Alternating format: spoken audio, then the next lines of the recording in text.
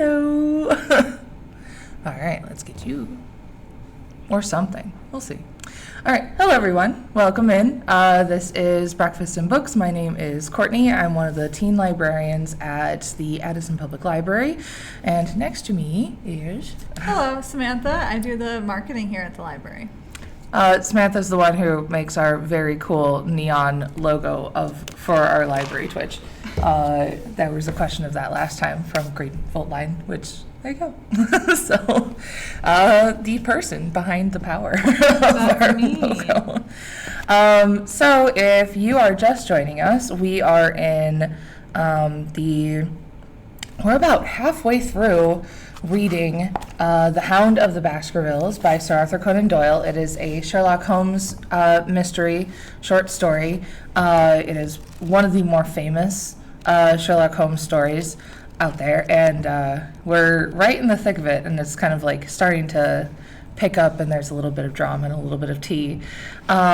So if you feel like you're going to be lost, we'll go over it in a little bit, catch you up to speed, because it's been a while since you've been on. It has been. Yeah, so we'll get there.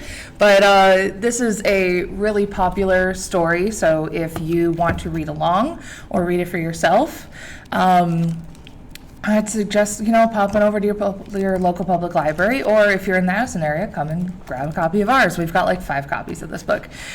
It's a pretty fun one. You can also find it usually in like every collection of Sherlock Holmes stories that you can find. But yeah, hopefully you'll find one with a better cover than this one, because this is a horrible cover. Yeah. I cannot stand this one. I make fun of it every single video.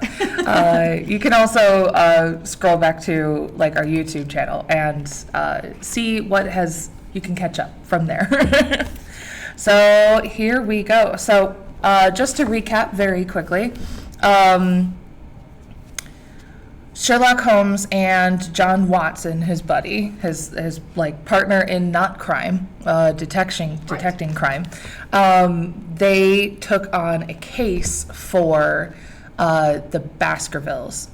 So you remember that there's a curse that follows the Baskerville family. So effectively, like, a long time ago, this one guy who was like the Baskerville Lord did something real bad.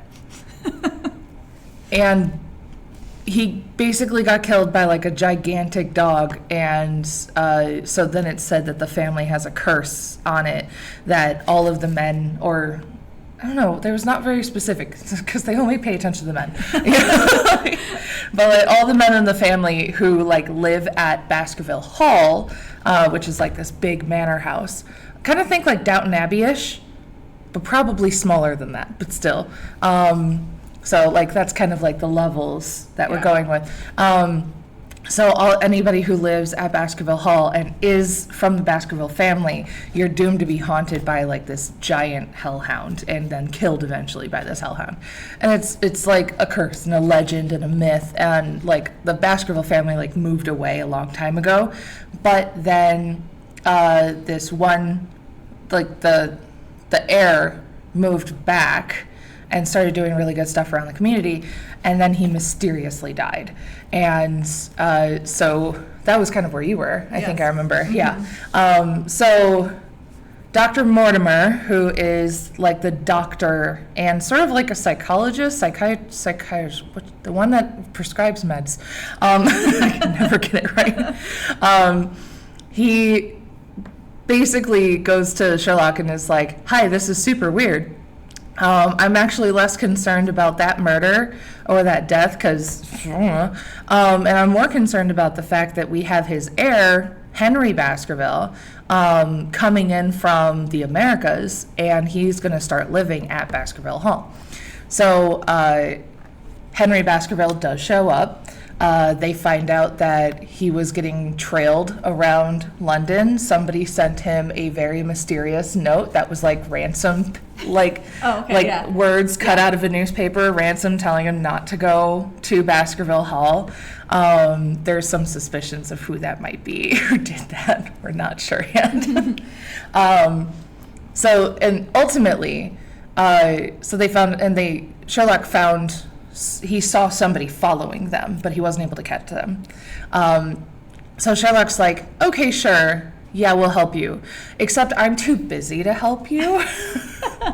Because I got to stay here in London. But John Watson will go and be your bestie and never leave you alone. And will be by your side constantly. So John and Dr. Mortimer and Henry Baskerville, they go to Baskerville Hall, which is like out in the moors. So like really rolling place. They get to the hall and it's like at night and it's like proper spooky. They're just like, there's weird noises and it's dark. And they're like, we heard a woman crying. What's with that? And they asked the butler and the butler's like, I didn't hear a woman crying. And then in like 5 seconds later, it was like, oh, it was your wife. Why did you not know that your wife was crying? And because like, she's like, I'm upset. Tears. Because, they really, supposedly, they claim they really liked the old guy who died. They were like very close with him. So they were like, look, and we will stay here until you get new staff, but then we intend to leave because we just have too many bad memories. They go, John, after having promised Sherlock that he will stay at Henry Baskerville's side and report everything that happened, immediately goes on a walk without him. Meets some of the neighbors, one who is like a naturalist, who like really weird dude who's like, oh yeah, the moors are a super dangerous place. Look, there's a pony and it just fell into a sink pit and they're watching this pony die. And it's like, you can't do anything because like if you go out there, you also fall into a sink pit. Oh my God, okay. And the naturalist is like, oh yeah, I'm like the only person who knows to get out there. There's like some like kind of like water grass, I don't even know. But he's like, don't go out there. It's super dangerous. You'll die. And John's like, that sounds great. I should go looking. He's like, no, really, you'll die. And he's like, look, another pony. Like, it's really sad. Oh my gosh. So then you meet him and you meet his sister. And we currently are and his sister is like, she runs up to John Watson and she's like, get out of town, go back to London. She's like, what the heck are you doing here? What is wrong with you? And John's like, what did I do? She mistook him for Henry Baskerville. So, and then as soon as she realized that he wasn't Henry Baskerville, she's like, I'm a woman. Like, don't listen to me. I'm silly. He's just like, okay. So, where we currently are is we're in the middle of a letter that John has written to Holmes, recording like his experiences. Oh, okay. And basically, he's just nattering about a bunch of things. But more specifically, is that Henry Baskerville and Miss Stapleton, which is the woman, seem to be getting pretty close. There seems to be some flirting, and John Watson's like, if I keep sticking around like this, they're not gonna like me because they really want some alone time. But the weird thing is that Mr. Stapleton, which I'm sure we'll come up with his name eventually, because I don't remember, it don't matter. So her brother, they're like, the man's like a baron. Like, he's super rich and really wealthy and really powerful. Wouldn't this be like a great match for your family? Wouldn't that be great? And but the brother is super upset about it. Like, it's like wildly like surly about it. So it's like, just seems off. All right, so we are. Amazing recap. I can't wait to get back. See? Yeah. I told you I'd catch you. Exactly. And then we're like right in the middle of the tea. Yeah. All right, so we are halfway through the letter now. And now it sounds, all right, so this is John Watson writing to Sherlock Holmes, who is back in London and paying very close attention. Who knows what he's doing, honestly. All right, so the other day, Thursday to be more exact, Dr. Mortimer lunched with us. He has been excavating a barrow at Longdown and has got a prehistoric skull, which fills him with great joy. Oh my goodness, you remember how this man like obsessed about Sherlock's skull? Oh yes. And there was a word I could not pronounce. It was long. It was too long. Look, I can say hippopotamonstrossus quipidellophobia, which is the fear of long words. It's my favorite word. But I could not say this word. Yeah, no. But it was like, effectively, he was like a very technical term for like I might a have to long look skull. that up. It was so weird. All right, anyway. Never was there such a single-minded enthusiast as he.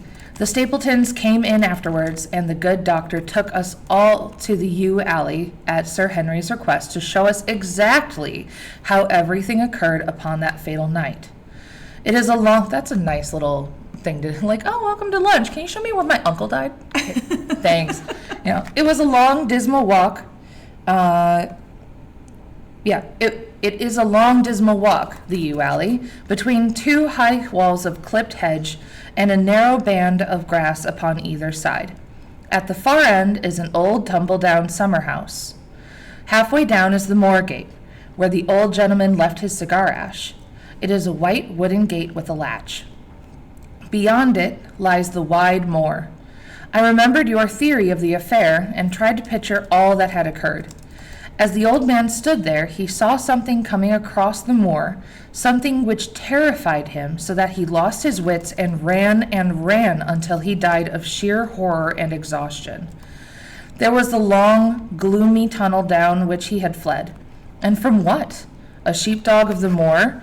Or a spectral hound, black, silent, and monstrous? Was there a human agency in the matter? Did the pale and watchful Barrymore, the butler, know more than he cared to say? It was all dim and vague, but always there was a dark shadow of crime behind it. One other neighbor I have met since I wrote last. This is Mr. Frankland of Laughter Hall, who lives some 4 miles to the south of us. He is an elderly man, red-faced, white-haired, and choleric. His passion is for the British law, and he has spent a large fortune in litigation. Look, spend your time how you like. He fights for the mere pleasure of fighting, and is equally ready to take up either side of a question, so that it is no wonder that he has found it a costly amusement. Sometimes he will shut up a right of way and defy the parish to make him open it. All right, so he'll just block a road just so he can argue with people. Get him a dog. Poor lonely old man who just likes to bicker. All right, at others he will with his own hands tear down some other man's gate and declare that a path had existed there from time immemorial, defying the owner to prosecute him for trespass. He is learned in old manorial and communal rights, and he applies his knowledge sometimes in favor of the villagers of Fenworthy, and sometimes against them, so that he is periodically either carried in triumph down the village street, or else burned in effigy, according to his latest exploit. He is said to have seen about 7 lawsuits upon... Wait, for some reason, this is so difficult for me to read. I think it's because it's about legal stuff, and I'm like, exactly. I could not be less interested. Right. Hi, I'm Williams. Glad to see you here. All right, so basically, he's a cranky old man who just likes to cause trouble, but also just flip the script all the time. He is said to have about 7 lawsuits upon his hands at present, which will probably swallow up the remainder of his fortune and so draw his sting and leave him harmless for the future. Apart from the law, he seems a kindly, good-natured person, and I only mention him because you were particular that I should send some description of the people who surround us. He is curiously employed at the present, for, being an amateur astronomer, he has an excellent telescope, with which he lies upon his roof of his own house and sweeps the moor all day in the hope of catching a glimpse of the escaped convict. Oh, that's right. There's an escaped convict who, he's like a named murderer, who escaped from a nearby prison, and it's been several weeks and they haven't caught him, so they think either he died in the moors or he just properly escaped. But dude keeps coming up, so I'll be shocked if it doesn't show up somewhere. But to be fair, spoiler, kind of. So Arthur Conan Doyle kind of like has a reputation for just being like, haha, here's this evidence I never told you about. Yes. And it's key to the thing. And also that pointless. Like, Right. So the guy keeps you catching.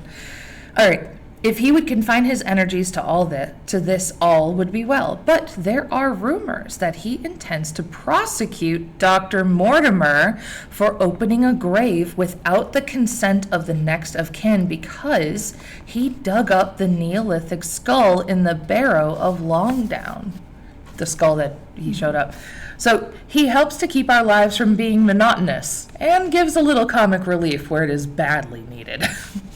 And now, having brought you up to date with the escaped convict, the Stapletons, Dr. Mortimer, and Franklin of Laughter Hall, let me end on that which is most important and tell you more about the Barrymores, and especially about the surprising development of last night.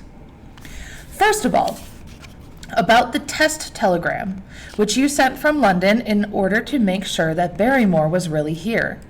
I have already explained that the testimony of the postmaster shows that the test was worthless and that we have no proof one way or the other. I told Sir Henry how the matter stood, and he at once, in his downright fashion, had Barrymore up and asked him whether he had received the telegram himself, and Barrymore said that he had. All right, so you remember they sent, or maybe you don't. So they had sent a telegram when they were in London. They sent a telegram to Barrymore at Baskerville Hall because they were like, someone is following you. It might be Barrymore because he's got this big beard and so does Barrymore. It could be a fake beard, but you know. So we'll send a telegram to Baskerville Hall and with instructions that you have to hand it directly to Barrymore himself. And if you don't do that, return it. So then it was, and if you do, let us know that he got it. So they got a message that like, yeah, we handed it to Barrymore himself. So when John gets to Baskerville Hall, he was talking with the postmaster and the messenger boy, and the kid's like, well, I mean, yeah, I delivered it to Barrymore. And he's like, well, yeah, well, I mean, his wife. Well, did you see him? And he's like, well, no, he was in like the roof, the attic or something, doing stuff. And they're like, so wait, you didn't hand it to Barrymore? And he's like, well, he was there, but did you see him? Well, no, his wife said he was there, you know? So they were like, well, back in suspects. Mm-hmm. Oh, you did find the long, difficult, oh, that was a wild one. Yeah. Yeah.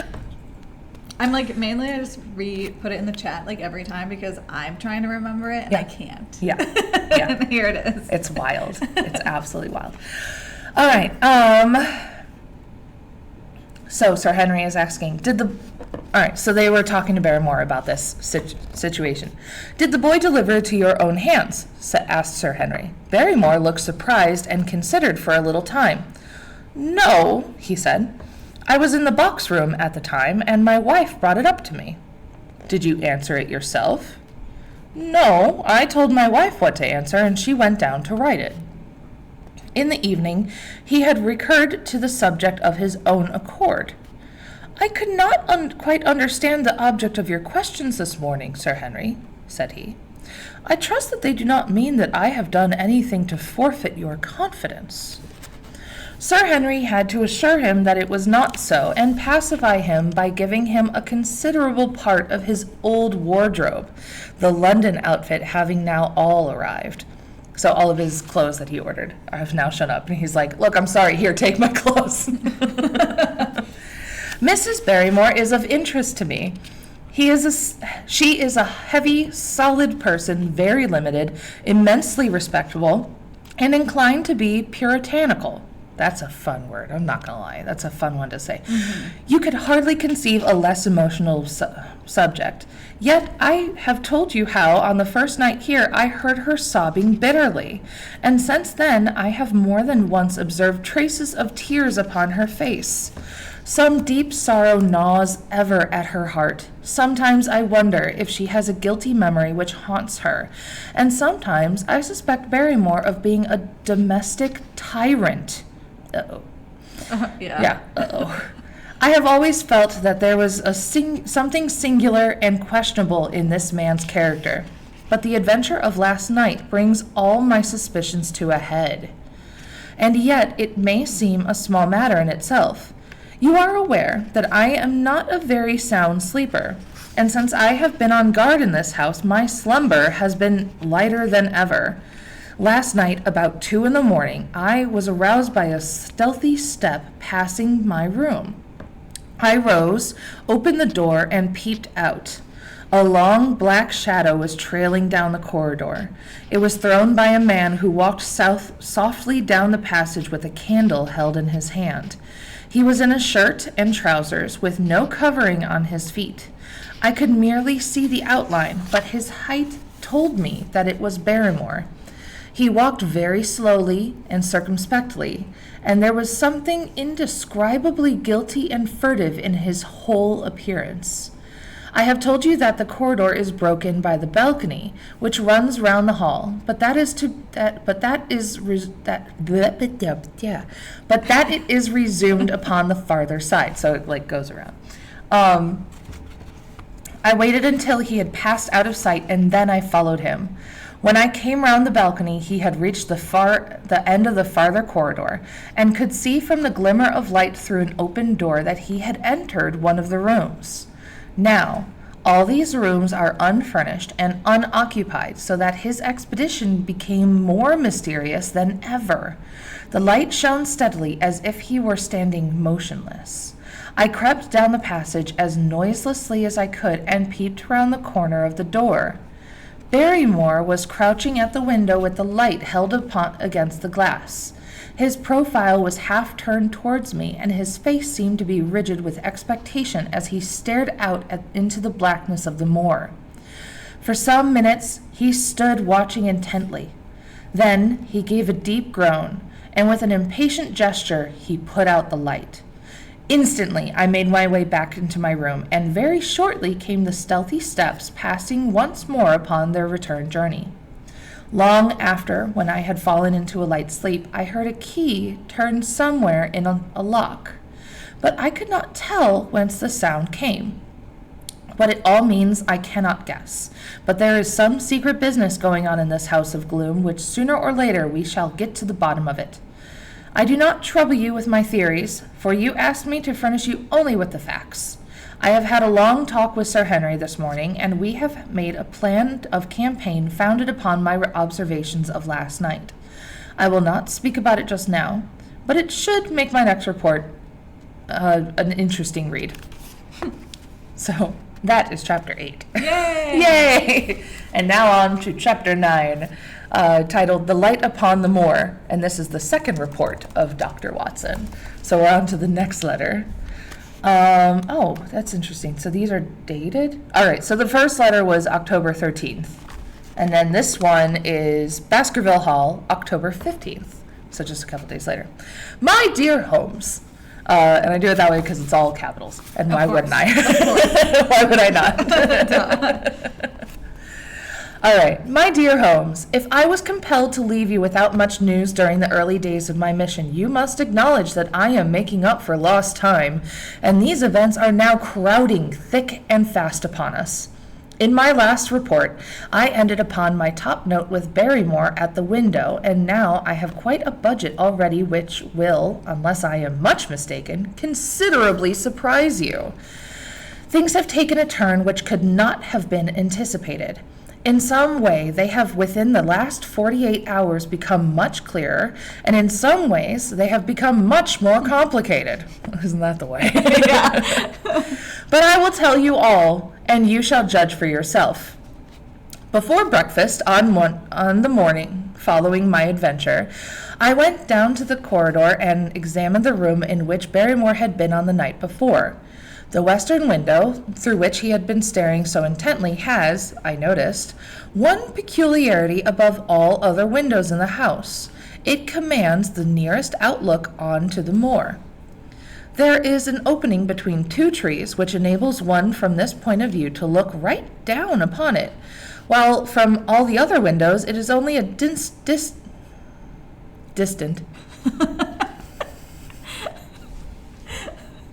Anyway, it is only a distant glimpse which can be obtained. It follows, therefore, that Barrymore, since this was only the window that would serve this purpose, must have been looking out for something or somebody upon the moor. The night was very dark, so that it can hardly imagine how he could have hoped to have seen anyone. It had struck me that it is possible that some love triangle was afoot. Ooh. Whoa! Let's just throw something in there.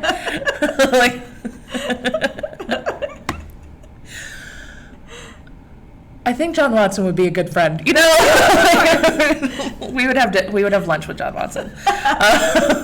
Get the tea. Get the tea all the time. This man would have all the tea. So maybe there's a love triangle on foot. That would have accounted for his stealthy movements and also for the uneasiness of his wife. The man was a striking-looking fellow, very well equipped to steal the heart of a country girl, so that this theory seems to have something to support it. I like how he's like, I'm not going to give you theories. By the way, here's what I think happened. That opening of the door which I had heard after I had returned to my room might have meant that he had gone out to keep some clandestine appointment.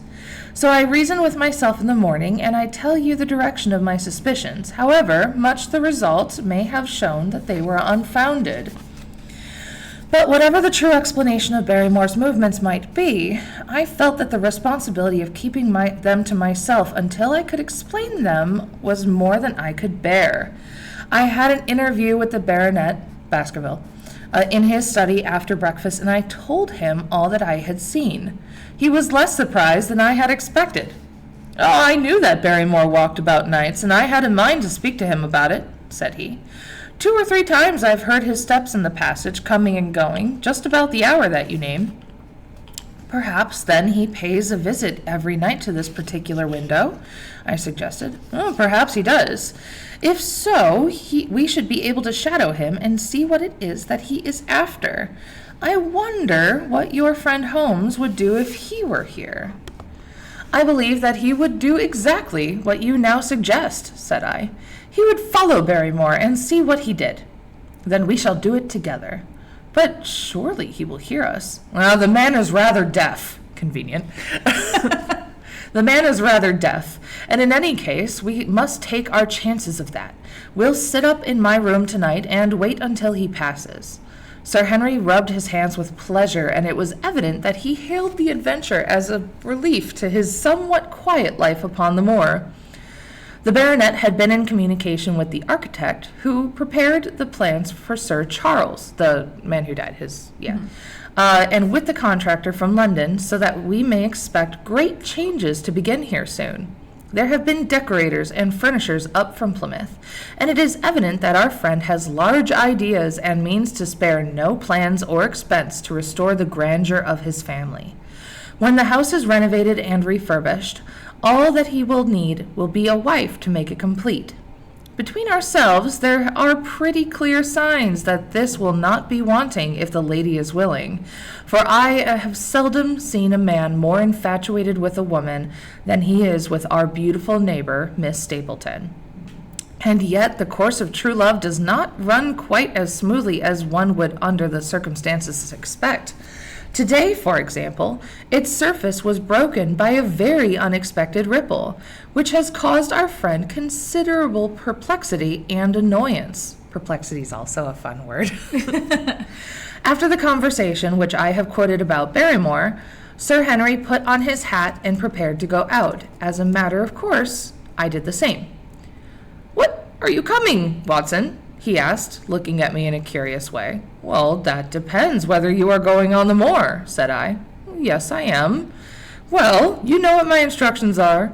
I am sorry to intrude, but you heard how earnestly Holmes insisted that I should not leave you, and especially that you should not go alone upon the moor. Sir Henry put his hand upon my shoulder with a pleasant smile. My dear fellow, he said, Holmes, with all his wisdom, did not foresee some things which have happened since I have been on the moor. You understand me? I am sure that you are the last man in the world who would wish to be a spoil-sport. I must go out alone. Oh, we know what's going on. Mm-hmm. It put me in the most awkward position. I was at a loss of what to say or what to do, and before I had made up my mind, he picked up his cane and was gone. But when I came to think of the matter over, my conscience reproached me bitterly for having put on any pretext to allow him to go out of my sight. I imagined what my feelings would be if I had to return to you and confess that some misfortune had occurred through my disregard for your instructions. I assure you my cheeks flushed at the very thought. It might even now be too late to overtake him, so I set off at once in the direction of Merripit House, which is where she lives. I hurried upon the road at tops of my speed without seeing anything of Sir Henry until I came to the point where the moor path branches off. There, fearing that perhaps I had come into the wrong direction after all, I mounted a hill from which I could command a view. The same hill which is cut into the dark quarry. Thence I saw him at once. He was on the moor path about a quarter of a mile off, and a lady was by his side who could only be Miss Stapleton. It was clear that there was already an understanding between them, and that they had met by appointment. They were walking slowly along in deep conversation, and I saw her make quick little movements of her hands as if she were very earnest in what she was saying, while she was listening intently, and once or twice shook her head in strong dissent. I stood among the rocks watching them, very puzzled as to what I should be doing next. To follow them and break their intimate conversation seemed to be an outrage, and yet my clear duty was never for an instant to let him out of my sight. To act the spy upon our friend was a hateful task. Got distracted. That's just me defining perplexity in multiple ways. Hold on. There are so many. There are so many. It is perplexing. I'm like, yay, words. I love words. They're so good. Still, I could see no better course than to observe him from the hill and to clear my conscience by confessing to him afterwards what I had done. It is true that if any sudden danger had threatened him, I would be too far away to be of use, and yet I am sure that you will agree with me that the position was very difficult, and that there was nothing more which I could do.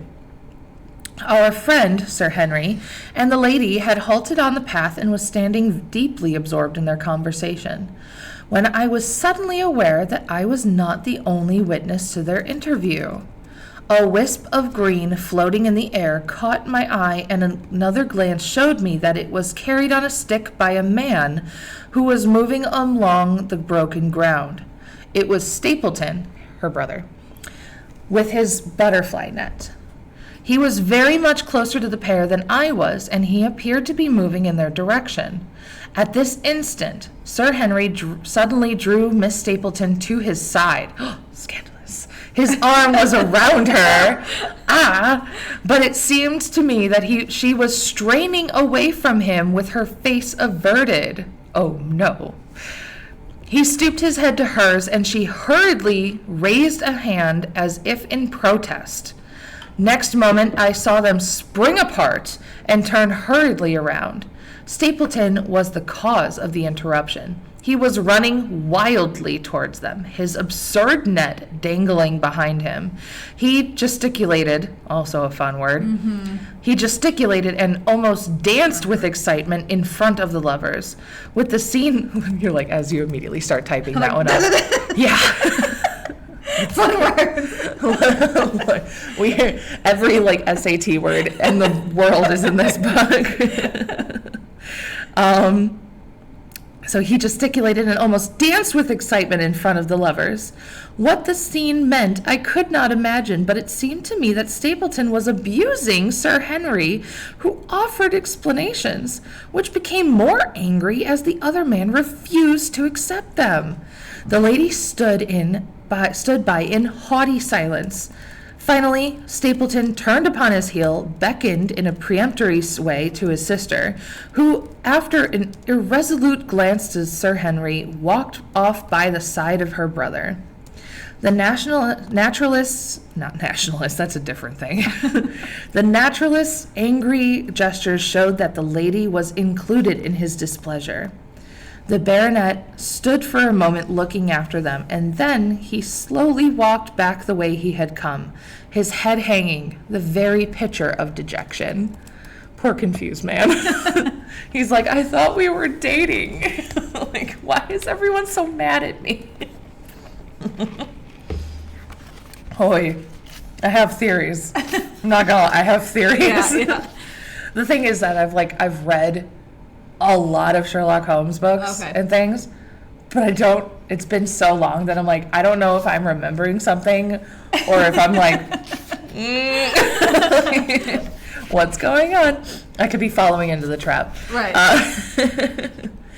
All right. What all this meant I could not imagine, but I was deeply ashamed to have witnessed so intimate a scene without my friend's knowledge. I ran down the hill, therefore, and met the baronet at the bottom. His face was flushed with anger, and his brows were wrinkled, like one who was at his wit's end of what to do. "Hello, Watson, where have you dropped from?" he said. "You don't mean to say that you came after me in spite of it all." I explained everything to him, and now I had found it impossible to remain behind, how I had followed him, and how I had witnessed all that had occurred. For an instant his eyes blazed at me, but my frankness disarmed his anger, and he broke at last into a rather rueful laugh. "You would have thought the middle of my..." Try that again. Let's just... Redo. All right. "You would have thought the middle of that prairie a fairly safe place for a man to be private," said he. "But by thunder, the whole countryside seems to have been out to see me doing my wooing, and a mighty poor wooing at that. Where have you been engaged? Where had you engaged a seat?" "Oh, I was on that hill." "Quite in the back row, eh? But her brother was well up in the front. Did you see him come out on us?" "Yes, I did." "Did he ever strike to you as being crazy, this brother of hers?" "I can't say that he ever did. I dare say not. I always thought him sane enough until today." Fair. "But you can take it from me that either he or I need to be in a straitjacket. What's the matter with me? What's the matter with me anyhow? You've lived near me for some weeks, Watson. Tell me straight now. Is there anything that would prevent me from making a good husband to a woman that I loved?" He's like, what are my red flags? He's like, tell me. Where's the red flag here? Watson says, I should say not. "He can't object to my worldly position, so it must be myself that he has this down on.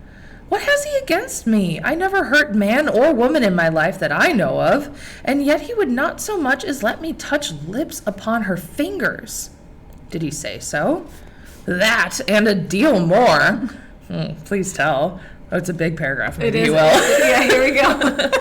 "I tell you, Watson," yes, please, Here we go. please do. "I tell you, Watson, that I've only known her these few weeks, but from the first I just felt that she was made for me. And she, too. She was happy when she was with me, and that I'll swear. There's a light in a woman's eyes that speaks louder than words, but he has never let us get together, and it was only today, for the first time, that I saw a chance of having a few words with her alone. She was glad to meet me, but when she did, it was not love that she would talk about, and she wouldn't have let me talk about it either if she could have stopped it. She kept coming back to it that this was a place of danger, and that she would never be happy until I had left. I told her that since I had seen her, that I was in no hurry to leave it, and that if she really wanted me to go, the only way to work it was for her to arrange to go with me. That does explain her frustrated, like gestures and stuff, because she's like, you need to leave, and he's like, but girl, I can't leave because you're here, and she's like, no. With that, I offered in as many words to marry her. But before she could answer, down came this brother of hers, running at us with a face on him like a madman. He was just white with rage, and the light in his eyes was blazing with fury. What was I doing with the lady? How dare I offer her attentions which were so distasteful to her? Did I think that because I was a baronet that I could do as I liked? If he had not been her brother, I should have known better how to answer him. In other words, I would have taken him out and shot him. As it was, I told him that my feelings towards his sister were such as I am not ashamed of, and that I hoped that she might honor me by becoming my wife. That seemed to make the matter no better, and so then I lost my temper too, and answered him rather more hotly than I should have perhaps considering that she was standing right there. So it ended with his going off with her, as you saw. And here I am, as badly puzzled a man as any in this country. Just tell me what it all means, Watson, and I'll owe you more than I ever can hope to pay. I tried one or two explanations, but indeed I was completely puzzled myself. Our friend's title, his fortune, his age, his character, and his appearance are all in his favor, and I know nothing against him unless it is to be the dark fate which runs in his family. That his advances should be rejected so brusquely, without any reference to the lady's own wishes, and that the lady should accept the situation without protest is very amazing. However, our conjectures were set at rest by a visit from Stapleton himself that very afternoon. He had come to offer apologies for his rudeness of the morning, and after a long private interview with Sir Henry in his study, the upshot of their conversation was that the breach had been quite healed, and that we are to dine at Merripit House next Friday as a sign of it. Interesting. Very interesting.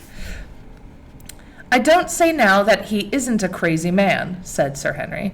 I can't forget the look in his eyes when he ran at me this morning, but I must allow that no man could make a more handsome apology than he has done. Did he give an explanation of his conduct? His sister is everything in his life, he says. That is natural enough, and I am glad that he should understand her value. They have always been together, and according to his account, he has been a very lonely man with only her as a companion, so that the thought of losing her was really terrible to him. He had not understood, he said, that I was becoming attached to her, but when he saw with his own eyes that it was really so, and that she might be taken away from him, it gave him such a shock that for a time he was not responsible for what he said or did. He was very sorry for all that had passed, and he recognized how foolish and how selfish it was that he should imagine that he should hold a beautiful woman like his sister to himself for her whole life. If she had to leave him, he would rather that it was to a neighbor like myself than to anyone else. But in any case, it was a blow to him, and it would take him some time before he could prepare himself to meet it. He would withdraw all opposition upon his part if I would promise for 3 months to let the matter rest, and to be content with cultivating the lady's friendship during that time without claiming her love. This I promised, and so the matter rests. So there is one of our small mysteries cleared up. It is something to have touched bottom. It's a different thing. A different kind of book suddenly. It is something to have touched bottom anywhere in this bog in which we are floundering. So basically, it's like we found the bottom of the problem. Now we're all right. Cool. I had to That's good. roll that one around in my brain for a second there. We know now why Stapleton looked with disfavor upon his sister's suitor, even when the suitor was so eligible as one as Sir Henry. And now I pass on another thread which I have extracted from out of the tangled skein a ball of yarn. I've never been able to say it right. I don't know how to say it.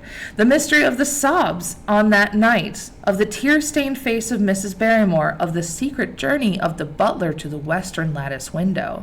Congratulate me, my dear Holmes, and tell me that I have not disappointed you as an agent, that you do not regret the confidence which you showed me when you sent me down here.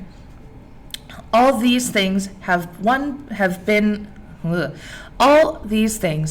by one night's work been thoroughly cleared. We'll see about that. I have said by one night's work, but in truth it was 2 nights' work.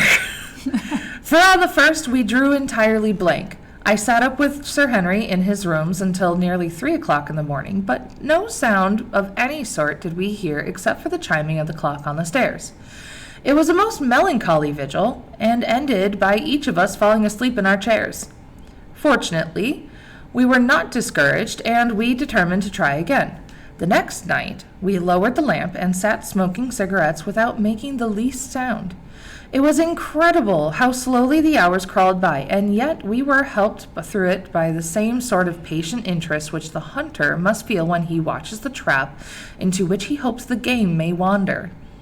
1 struck, and 2, and had almost for a second time given up in despair, when in an instant we both sat bolt upright in our chairs with our weary senses keenly on the alert once more. We had heard the creak of a step in the passage. Ooh. It's a ghost. Anyway. Very stealthily we heard it pass along until it died down in the distance. Then the baronet gently opened his door, and we went out in pursuit. Already our man had gone around the gallery and the corridor, which was all in darkness. Softly we stole along until we had come into the other wing. We were just in time to catch a glimpse of the tall, black-bearded figure, his shoulders rounded as he tiptoed down the passage. And then he passed through the same door as before, and the light of the candle framed it in darkness and shot one single yellow beam across the gloom of the corridor. We shuffled cautiously towards it, trying every plank before we dared put our whole weight upon it. I can only imagine like the old cartoons where they're like, We had taken the precaution of leaving our boots behind us, but even so the old boards snapped and creaked beneath our tread. Sometimes it seemed impossible that he should fail to hear our approach. However, the man is fortunately rather deaf, and he was entirely preoccupied with which he was doing. When at last we reached the door and peeped through, we found him crouching at the window, candle in hand, his white, intent face pressed against the pane, exactly as I had seen him 2 nights before. We had arranged no plan of campaign, but the baronet is a man to whom is the most direct way, is always the most natural. He walked into the room, and as he did so, Barrymore sprang from the window with a sharp hiss in his breath and stood livid and trembling before us. His dark eyes, glaring out of the white mask of his face, were full of horror and astonishment as he gazed from Sir Henry to me. Ooh, suspicious. What are you doing here, Barrymore? Nothing, sir! His agitation was so great that he could barely speak, and the shadows sprang up and down from the shaking of the candle. It was the window, sir. I go round at night to see that they are all fastened. On the 2nd floor? Yes, sir, all of the windows.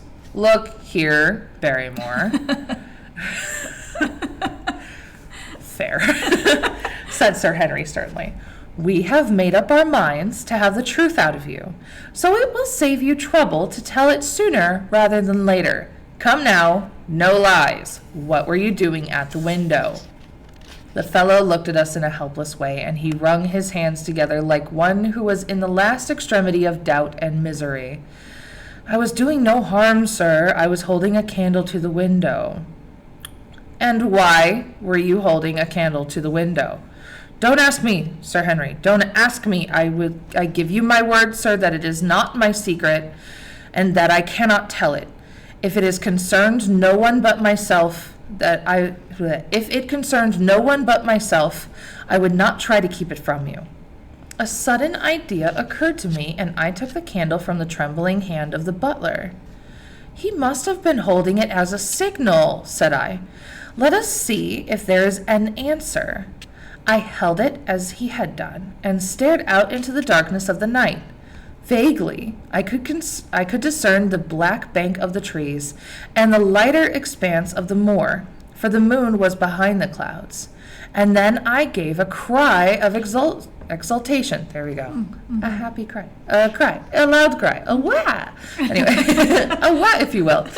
For a tiny pinpoint of yellow light had suddenly transfixed the dark veil and glowed steadily in the center of the black square framed by the window. There it is, I cried. No, sir, it is nothing at all, the butler broke in. I assure you, sir. Move your light across the window, Watson, cried the baronet. See, the other moves also. Now, you rascal, do you deny that it is a signal? Come, speak up. Who is your confederate out yonder, and what is this conspiracy that is going on? The man's face became openly defiant. It is my business and not yours. I will not tell. Then you will leave my employment right away. Very good, sir. If I must, I must. Woo! Did not expect that. Anyway. And you will go in disgrace. By thunder, you may well be ashamed of yourself. Your family has lived with mine for over 100 years under this roof, and here I find you deep in some dark plot against me. No, sir, no, not against you. Oh, sorry. I hate when he does this. All right, we'll start this again. No, sir. Not against you. It was a woman's voice. And Mrs. Barrymore, paler and more horror-struck than her husband, was standing at the door. Her bulky figure in a shawl and skirt might have been comic were it not for the intensity of feeling upon her face. We have to go, Eliza. This is the end of it. You can pack our things, said the butler. Oh, John, have I brought... Who is saying this? I don't even know. I still don't know. I think it's her. Oh, John, have I brought you this? It is my doing, Sir Henry, all mine. He has done nothing except for my sake, and because I asked him. Speak out, then. What does it mean? My unhappy brother is starving on the moor. We cannot let him perish at our very gates. The light is a signal to him that food is ready for him, and his light out yonder is to show that the spot of which to bring it. Then your brother is the escaped convict. Ooh! The escaped convict, sir. Selden the criminal. Man's a murderer. Yep. That's the truth, sir, said Barrymore. I said that it was not my secret, and that I could not tell it to you. But now that you have heard it, you can see that if there was a plot, it was not against you. This, then, was the explanation of the stealthy expeditions at night, and the light at the window. Sir Henry and I both stared at the woman in amazement. Was it possible that this stolidly?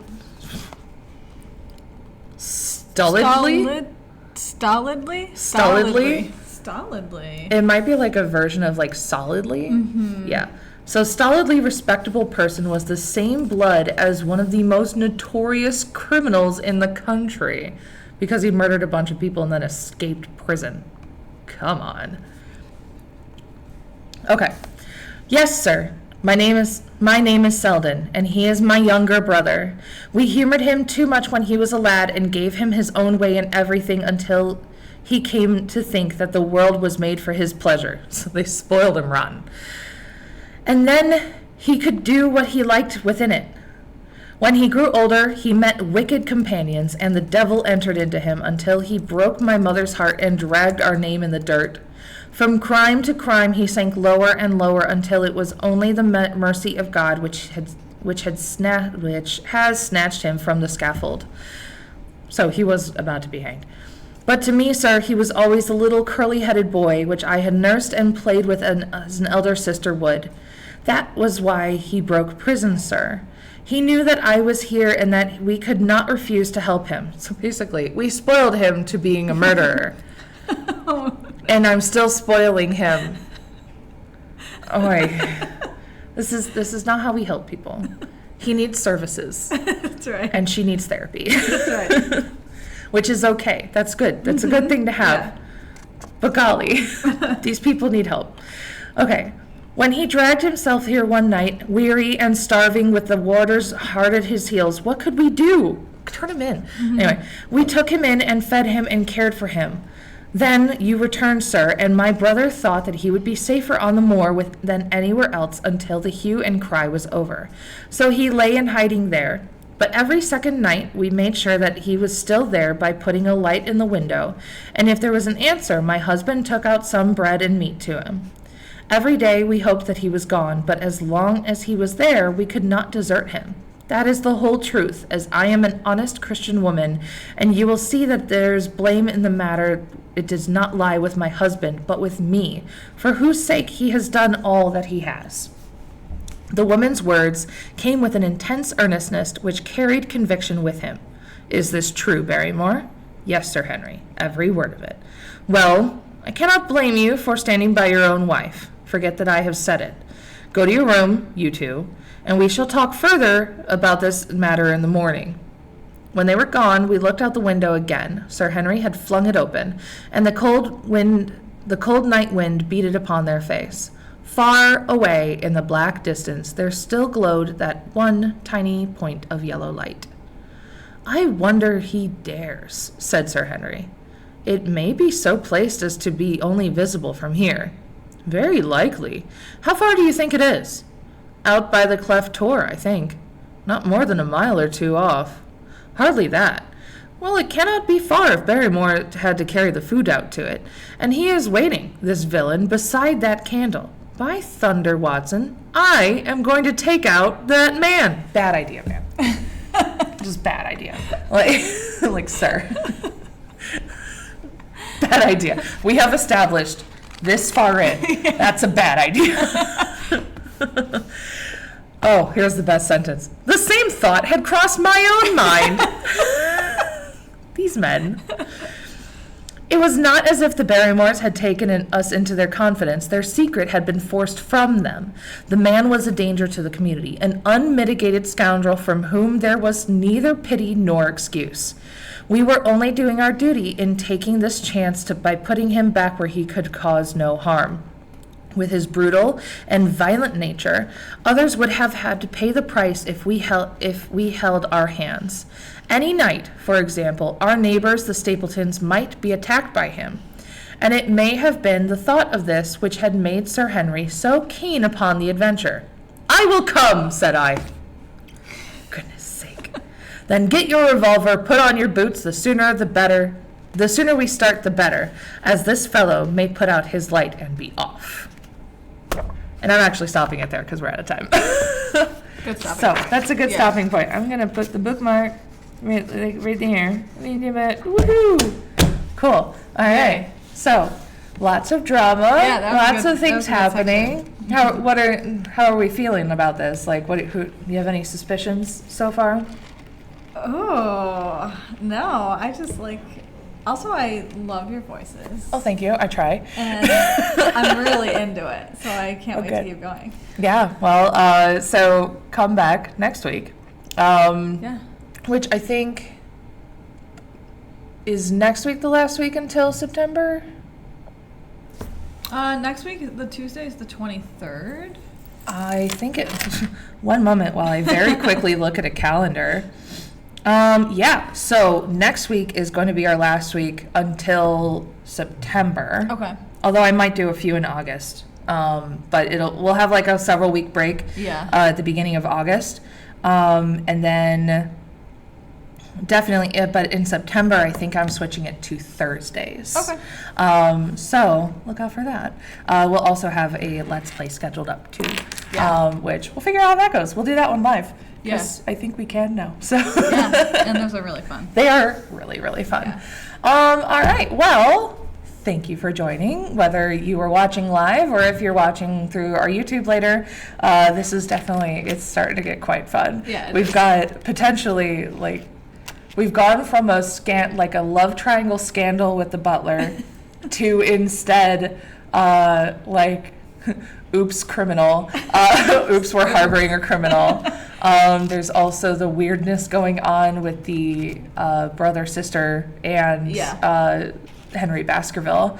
I think there's something more going on there than he's just like, It's a very interesting thing where he's just like, give me 3 months. Yeah, because exactly. I'm like, are you involved in... Right. Like, are you a suspicious character? Are you like, we'll kill him off and take his money, and in 3 months you'll be dead. So, I don't know. All right, well, hopefully you enjoyed that, and we'll see you next time. All right. See ya. Bye.